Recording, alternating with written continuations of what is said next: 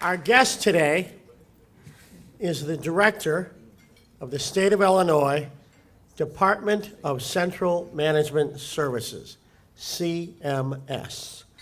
He was appointed 9 months ago by Governor Pat Quinn. Our guest today's mandate from Governor Quinn was very straightforward. Help the state agencies serve the people of Illinois efficiently and cost-effectively. He graduated from St. Ambrose University in 1995. Ladies and gentlemen, please welcome to the City Club the Director of CMS, Malcolm Weems.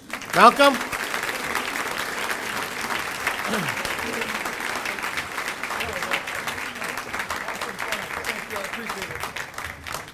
Oh, wow. Okay. First of all, I'd like to start off by thanking City Club for having me here. This is a big honor. It makes me feel like I've arrived somewhere. So, also, I want to thank Governor Quinn for having the confidence in me to appoint me. Again, I was really excited about it. I feel like there's a lot that can be done. And before I get started, I have to thank my predecessors. I'm glad that they showed up. Former Director Sledge, Director Campbell, thank you for showing up. Two people that know how hard this job is, and Paul did it with all of his hair. He kept his hair, so again. Well, the first thing I would do, again, Malcolm Weems. I am the Director of Central Management Services, appointed by Governor Quinn in past June. I've been in government now about 11 years. 5 of those years were with the Chicago Park District as a finance manager, the other 6 in state government. In fact, my first job at Central Management Services, I started under Paul Campbell. I started in procurement and then went on to work in the Governor's Office of Management and Budget, where I became Chief of Staff, and after that I am where you see me today. My first commercial is, what does CMS do? A lot of people think they know what CMS does, but we like to make sure we do our official commercial before we get started. So we do consolidated services. We're kind of a nerve center agency for the state of Illinois. We do consolidated services for all state agencies under the governor, which include personnel and benefits for approximately 50,000 state employees, statewide IT infrastructure management, fleet management for over 13,000 vehicles, property management for over 70 million square feet of state-owned and leased space, and communication services for all state agencies under the governor, and statewide contracting and strategic sourcing. Also, last but not least, we do the Business Enterprise Program, which is a program designed to make sure businesses owned by minorities and women and people with disabilities, and now veterans as well, to make sure they have a chance to compete for state business. So we're very proud of the work that we're doing. We know our charge. But the one question some people might ask is why the governor picked me. What does the governor want me to do? Jay was correct. Cost effectiveness is definitely it, but we want to create efficiencies while saving money, while protecting our state vendors, and encouraging diversity. So yes, very difficult, a lot of stuff to do, but again, there lies an opportunity. And so that's the theme for this presentation that you're going to see today, is opportunity and responsibility. So what have we done so far? So I'd like to give everybody an idea of what we've done since I've been coming to this job, and it's been. I have a great staff. I want to say that first. We have people that work at CMS that have been there a lot longer than I have, that are really dedicated, and often not thanked. So I want to say that to all the employees at CMS out here right now. Thank you very much. We're doing a really good job, really. And I expect that will continue because I will be pushing that on you. So CMS has reduced the state's real estate footprint by 1.9 million square feet. That equates to about $43 million in annualized lease savings. That's a big deal. We're saving money. That's not a one-time savings. It's actually, we've eliminated lease payments that equate to $43 million every year, right? So it's kind of the savings that keep on giving, as we like to say. We've consolidated IT and property management services, basically making sure that all of those services are being done by CMS and there's not a duplicative process in the agencies, right? That way we save on headcount, right? we've created, what I'm most proud of, is a client service model. The client service model is basically our way of treating our state agencies, our clients, right, like a business. It's very important. It's where we listen to our clients, our state agencies, and we try to devise ways to do business better. So let me give you an example. Secretary Schneider of IDOT, Department of Transportation, who spoke here, a good friend of mine, great woman. She said, Malcolm, we're trying to do some recruiting for road projects in the East St. Louis area. And it's hard for us to get people out of that area to come all the way to Springfield to test for those jobs, right? It's a good drive. And so we knew that we only had testing in Chicago and Springfield. She said it would be great if we could do testing in the communities where we wanted to hire people. And so what did we do? At CMS, we developed a process, we call it our mobile testing unit, where we can now pick up that same process that we perform in Springfield and Chicago, and we can go out to communities now and do the testing there in a secure way, and make sure that it's credible and it's fair to everyone in that area. But we're happy about that. We had a need, we had an agency that had a need, or a client that had a need, and we met that need, and they were very happy. In fact, I think Senator Claiborne was extremely excited about the work we did. But it's one of those ways that we feel that we're responding to the needs of state agencies. Another way is we have an IT arm it's called BICS, Department of Computer and Communication Services.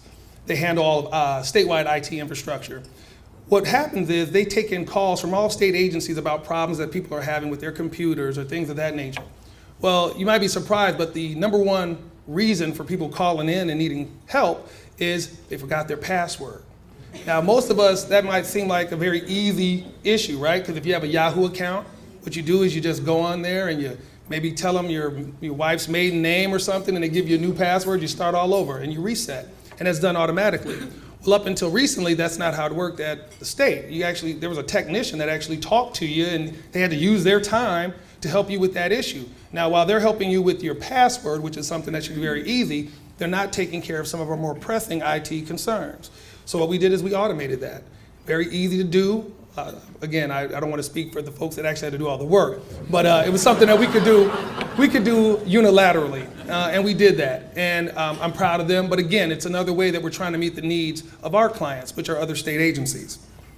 So that's what we've done so far, right? We've also instituted an open door policy, and I'm sure everyone in this room is going to love that. And I'll talk a little bit more about that, but the bottom line is we had a diversity summit last November, and the idea behind that diversity summit was to make sure that everyone understood that we want to talk to you. We know there's some issues right now, excuse me, where people are a little concerned about talking to contractors and vendors that come in and try to present ideas. But what we really wanted to do was make sure everyone understood that CMS, we do want to talk to you. The quote from Governor Quinn is, everyone in, no one left out. And for some of you that work at the state, you've heard that over and over again. And even if you haven't worked at the state, you probably have heard it over and over again. But again, we really believe that. So that's what we've done so far. So what I want to talk about now are the challenges that we kind of face in actually delivering service and doing all those things that the governor wants CMS to do. The first, and I'm sure, again, most of you will agree, is the new procurement process. It's difficult. It's complicated.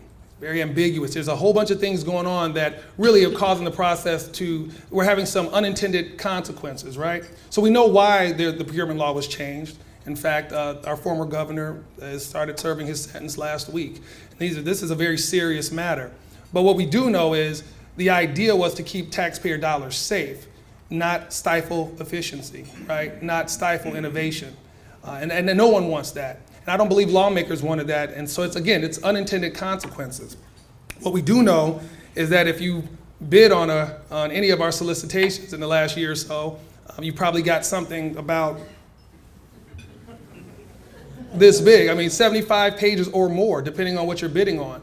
And then what we know is that there are things that trip people up, clerical mistakes that could actually disqualify you from participating. Again, unintended consequences of trying to protect taxpayers. We also know that the process started to get longer in time, right? How long it actually takes to get a procurement done. So, we joke about it internally, but it's serious. It's a serious matter. We don't want to end up, again, this is kind of my internal joke, but you don't want to end up with a $500 toilet seat because it takes you a year to do a procurement, right? And again, we chuckle, but it's true. Again, the longer something takes, the more it costs. We all know that. So again, this is a challenge. We don't think it's a challenge that we can't overcome, but it's a real serious challenge. We know that if vendors feel like they can't come in and talk to us and share ideas, how are we going to get new and innovative ideas? And again, we know that, and I think we're hearing it from the private sector as well. So it's a very serious challenge, and it has all kinds of implications. The next challenge is kind of related. And I was in the budget office, so I'm kind of scared to even bring this up, but it takes us incredibly too long to pay you. That's a problem. See, honestly, we'll get you an applause around here. That's good. But again, so I try to, me and my staff will tell you that I try to oversimplify things, right? To make sure we don't lose anything in translation. We don't try to use a bunch of buzzwords and things of that nature. But the real issue is, if you were living in your homes, if you took you 9 months to pay your mortgage, you would not be living in your homes. And we're witnessing that happen right now in this country, right? So it doesn't make any sense for us to have a situation where people perform services for us or deliver goods to us and they're not paid. That's not how you sustain jobs in this state. It's not how you create new jobs. And again, it does not foster a relationship built on trust. Again, so we recognize that as a major challenge, and we know that that's connected, again, to the procurement process, right? And I have to make sure I go back a step to make sure, I didn't mention this, but the procurement process itself does not belong to CMS anymore. Unlike my predecessors, I am not the chief procurement officer for the state, right? So I want to make sure that everyone knows that we are working in conjunction with another entity. That also adds another layer of complexity and another layer of bureaucracy, but again, reaction to a situation going on in the state that we believe was necessary, or lawmakers themselves believe were necessary. So we have two challenges: new procurement process and a backlog of about $8 billion, depending on who you want to listen to and what you want to throw into the pot, but a backlog of bills that we estimate about $8 billion or more, and we're not paying people on time. So the third is a commercial for my boss. Again, that goes back to my days in the Governor's Office of Management and Budget, and that is there are two big 800-pound gorillas in the room that are sucking away resources from everything else, including paying bills on time or us actually doing more procurements to create more efficiencies at the state, and those are pension and Medicaid. They're big. Some of you may think, well, that's not in my area of business. I don't need to worry about that, but you do. Everybody needs to worry about it. Again, the way things are going, and next year we could be looking at 50% of the state's budget being pension and Medicaid. That's not a good thing. That's not a good thing. That draws away money from us, again, those new and creative ideas we want you to bring in. Yeah, we can't deal with those if all of our funding and all of our resources are going towards these two big issues. Now, again, not saying that we have all the answers, but I bet there's a business out here somewhere that does have some sort of an answer for us or some sort of an idea that we can use. We believe that your voice will help us when we talk to lawmakers about actually doing something, but it's important. We have to do it. If we continue the way we are, again, it won't matter what idea you have because we won't be able to address it, right? And this is a big thing, not just for you as a business, but for you as a citizen if you live here. It's an important thing for us to take a look at. And I really had to say that because it's so important. It ties into almost everything else, all right, that the state is doing. So I've just told you about all these challenges, and my mother would say, stop telling me what's wrong. How are you going to fix it? And she would say it in that voice too. So, and so the people that hear that know her, if you say anything to her about me saying that, I will kill you. So don't. All right. I won't kill you. I'm just kidding. I don't know what snippet of this people will have, so I will not kill you. I will be angry with you. All right. But so let's talk about solutions. Let's talk about strategies for getting it right. I think the number one strategy for my agency for getting it right, and I think everyone in my office will tell you that, is we have to communicate. I'm going to tell you, we have to talk to you. We have to figure out, even though we have a difficult or maybe a complex procurement process, we still have to be able to talk to you all.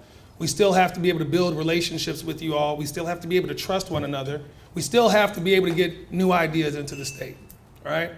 And that can only be done face-to-face for the most part, and explaining what your ideas are, your new business models, right? Your innovative, excuse me, your innovative ideas. We want that. Now, I know that there are people that are nervous. There are other state agencies where the directors may not have as much of a background that I might have in procurement, so they want to be careful. They don't want to be perceived as breaking any rules, but we want to help you do that. CMS wants to help you do that. We want to help state agencies, our clients, right, deal with you all. So when there are agencies that may not want to talk to you all, we'll do it. We'll talk to you. We'll tell you what you can say. We'll tell you what you can't say. We'll do all those things to make sure that people can be comfortable bringing their ideas. We'll let you tell us your idea and we'll tell you when to stop, because if you go too far, you can't participate in the procurement, right? Isn't that the worst thing? You come with a great idea and everyone's like, we love your idea. Too bad we have to buy it from someone else, all right? We don't want that. That's an unintended consequence. So in doing that, I just have to, I have to do this story, right? Because I just have to do this. So I look at it as when you're relationship building with businesses, I look at it as any other relationship, right? It has to be based on a couple of key principles. And the one relationship that I have, I think is the best for me to use, is my relationship with my wife, who is here today, right there. I have to make sure I say hello to her. You don't get to speak at City Club often, so when you get there, you got to put it all out there. And so, but I think about, I met my wife in high school, and I really wanted to get to know her. And so I think about how I had to do that, right? So you have to talk. You become friends. You start trusting one another when you talk and exchange ideas and backgrounds and things of that nature. But what you're really doing is you're opening up, right? And so I think about that relationship, and I think about what really should be happening with us, the state of Illinois, and businesses in the state of Illinois. We should be doing the same thing. We should be talking to one another. We should be communicating ideas, and we should be developing trust. I should be able to tell you, you can't say this when you're talking to me. You can't try to push me in that way. That's a problem. And you should say, oh, I don't want to get you in trouble. You're right, we shouldn't do that. We'll stop talking about it this way. And what do we need to do so that we can go on record and do this right? That's what people that trust one another and respect one another do. But it's kind of hard, right? It's hard to really have trust when you're not paying people for 9 months. I wouldn't trust anybody that owed me money for 9 months, right? But we recognize that we have to start somewhere, and we want to eliminate the fear. We want to eliminate the fear of talking with us, the fear of us talking to you, and we want to communicate good ideas. We want to have a real relationship. Now, I'm not going to guarantee you that that's going to end up with you having a contract, because I can't guarantee that. So I can't guarantee you that you're going to end up marrying someone. But what I can guarantee you is that we'll give you a fair shot, and we'll make sure that we do it the right way on both sides. So we need that. The second, going back to this issue of not paying our bills on time, the vendor payment program is a creation I kind of say it's a creation of mine, but I started it and there were a lot of people involved in helping us getting it started and keeping it going. But it actually started while I was in the Governor's Office of Management and Budget, and now it has followed me to Central Management Services. And we really, really, really are proud of it, because what we think of is with all these problems and the governor saying we want to do a borrowing to pay off our vendors, and there's political issues behind all that, and we can't necessarily do that yet. We've not decided to sit on our hands and wait for something. We've actually made a move. We made a unilateral move to do something for our vendors. And then that brings me, I'm just overwhelmed with pride over it, because the reason I got really involved in this, and again, I hate burden you all with all my stories, but there was a woman that worked with me at the Chicago Park District. Her name is Natay Thompson, and she left to start True Star newspaper, and it's a paper basically designed, it's actually a program and a paper that's designed to take kids out of urban settings and teach them how to become journalists. Really noble cause. She really cares about people, and she actually left the Chicago Park District to do that, and she made a lot less money doing it. Not that the Chicago Park District was paying people big salaries anyway, but she did that because she cared. And then I opened up about a year ago, a little over a year ago, I opened up a Cranes, and I seen a Tay's picture in there talking about how she had to give up 28.5% of what was due to her to a factoring company because we hadn't paid our bills. Not supposed to happen. It's not supposed to happen. The governor doesn't want that to happen. I don't believe the legislature wants that to happen. I don't think anybody thinks that's okay. But that's the situation we're in. So the vendor payment program is our way of addressing that. It's our way of trying to do something. So we're hoping, and it's a voluntary program. There are some vendors that may want to participate, some may not. But what we're hoping is that people recognize the usefulness of the program, because working capital is what it's all about. It's how you're going to be able to maintain jobs, create jobs, right?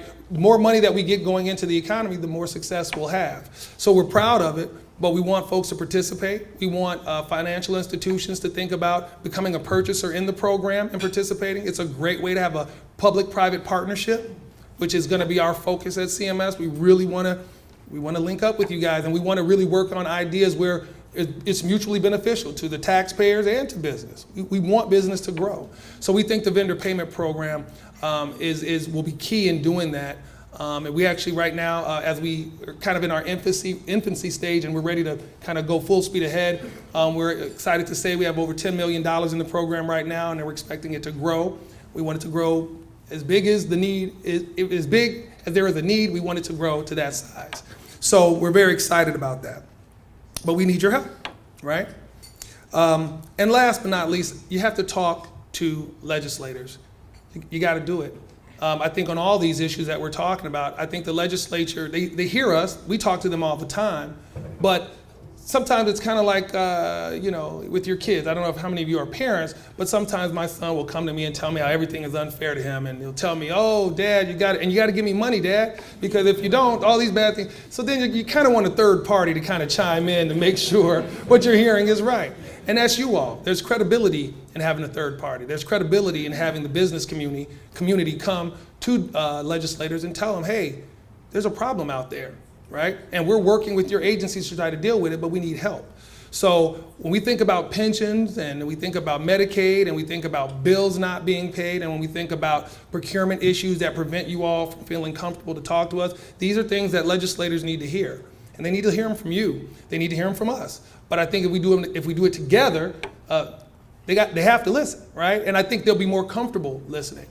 So with all that being said, I think you guys have been great. I really want to say it is really, really important for me to connect with you. It's really important for you to connect with my agency and other agencies. I want to help you all do that. There are a bunch of people here from Central Management Services. All of them have their business card. It was kind of like being in the Army. Everybody had to be checked on their way out, make sure you had all your equipment for today. But the idea is we want to be that agency that talks to you. We want to be that agency that while we have all these difficult times going on and ahead, we want to be the agency that help you navigate these rough waters. So again, I thank you for your time and indulging me. Thanks again.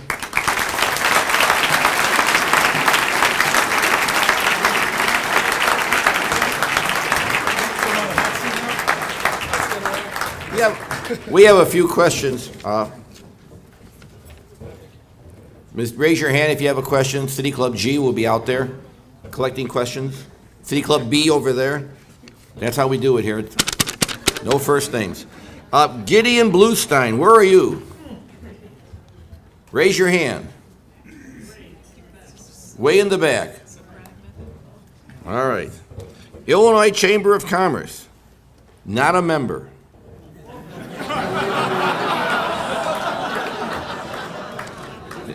This is called a mulligan. Mr. Whittaker knows all about that, so we'll just...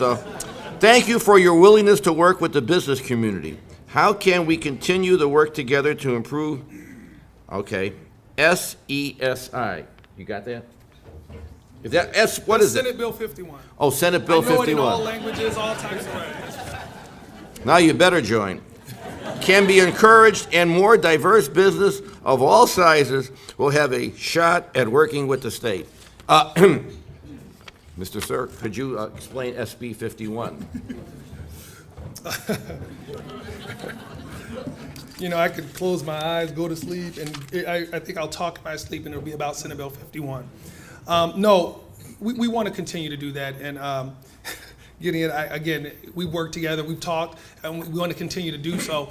Basically, Senate Bill 51 was legislation that was passed that basically it created some new positions in the procurement process. It took actually the CPO role away from the Director of Central Management Services. I think that was in an effort to provide oversight. And sometimes, and again, this is without really trying to be overly critical of the legislature, sometimes there are things that happen and they have to respond. They have a responsibility to respond. And so they did. And sometimes when you respond really quickly, you have to kind of evaluate that response and then maybe make some tweaks. Legislation of this size, and it was very, very big legislation, will require tweaks, adjustments. It happens all the time. So what we want to work with organizations like yours and others is in talking about what the tweaks should be, right? What are the unintended consequences and how do we deal with those? So our door is open for that all the time. In fact, we put together a task force for a bunch of different things, and so many people want procurement changes. I think what the legislature is feeling right now is kind of everything coming from all directions. Really what we want to work to do is kind of bring all of that together so we're having a conversation where everyone can concentrate and pay attention. So absolutely, you know, my door is always open to you, Gideon. And any others that really want to become part of that discussion and part of that process or part of fixing or these adjustments to Senate Bill 51, our doors are always open. We have two questions from the same person. Jay, this has never happened. Tim Kadura, where are you, Tim? There you are. Well, Tim, we never say two, but therefore we'll take the shorter one.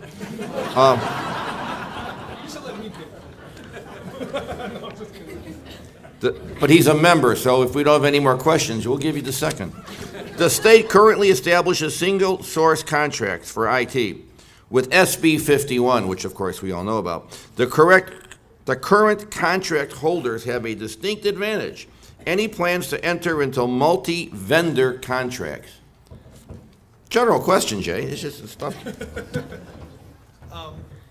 Again, not knowing specifically which contract you're referring to, again, we believe that when there are sole source contracts, we believe that, you know, we'd rather have competition, right? I want the cost to go down, right? I want there to be competition. Hopefully we get the best product for the best price. Usually when there's a sole source, the CPO will have to, there'll be hearings on things of that nature to make sure that they're the only ones that actually have the solution or whatever it is that we're looking at. But again, it's a process that it for us involves a lot of conversation with the Executive Ethics Commission and the CPO's office. So again, depending on what it is, I don't know if you're asking a specific question, but we always feel that it's better to have solicitations where there's competition rather than there being sources. But again, depending on what the need is, depending on what the solution is, the CPO will really ultimately decide which direction we go. But they usually do it with some input from us and from the public. So again, if there are any issues with any sole sources that actually come about and you don't think necessarily that it should be a sole source, that's what those hearings are for. So we encourage everyone here, I should make sure I mention this, we encourage everyone to get registered on the Illinois Procurement Bulletin to make sure you find out when all these things are happening, and also so that you're also getting an email when there's a procurement or a solicitation going out that you might be interested in bidding on. It's very important. I got one more commercial. I'm sorry, I have to do this or my agency, my folks will be mad at me. Hold on. On April 10th, we're having another one of our outreach programs, actually talking about procurement, but as it relates to IT, and that will be at Governor State University, April 10th. You can see that on our website. Thank you. I almost forgot. Some of you know who used to teach at Governor State University. Some of those South suburbanites in this room. For those of you who don't know, what the heck? Now we have a question from Tim Kaduro. Tim, where are you? You still there? Good. This is the last question. This may become a series. Here we go. One of the known challenges to procuring IT solutions is that IT solutions are treated in the same manner as purchasing pens and pencils. Have you given any thought to developing a procurement process specifically for IT? Most other states, does that mean not Indiana? Not Indiana. Of course, Indiana is run by Governor Poacher, so we know that. Have already changed the manner in which they purchase complex IT solutions. I'm sure there's a question in there that you can answer. I love this place. We actually are trying to work with lawmakers. Actually, a few of us have been trying to work with lawmakers on dealing with this issue. We agree. there's a couple of issues with IT purchasing. Yes, it is more complex. We presented some language and some ideas to a couple of lawmakers that we think they'll want to carry. But the other part about it is in IT, what we've experienced is that how we try to encourage diversity, and our numbers in terms of diversity for IT firms have been dismal, in my opinion. And so we want to also, while we want to deal with treating IT procurements differently, we also want to make sure that we're seeing the diversity in IT that we know exists in terms of firms that exist in Illinois. So two things. Yes, we do have ideas for maybe a different process for IT procurement, but also we want to really encourage diversity in IT procurement. And we want to encourage really all of you larger firms. We don't like to tell folks who they should partner with, but we really want folks to really investigate when these procurements go out and these solicitations go out and they have a diversity component to them. We really want you all to really try hard to go on our website. You can go and find out how many firms are in our BEP program that might be IT related firms. We really want to encourage that to happen because again, that's also in statute. While we're talking about the procurement process in statute, diversity, the BEP Act itself is in statute. It's something that we should be doing. So it's all of those issues related to IT that we're working on. How about a big round of applause? We got parting gifts.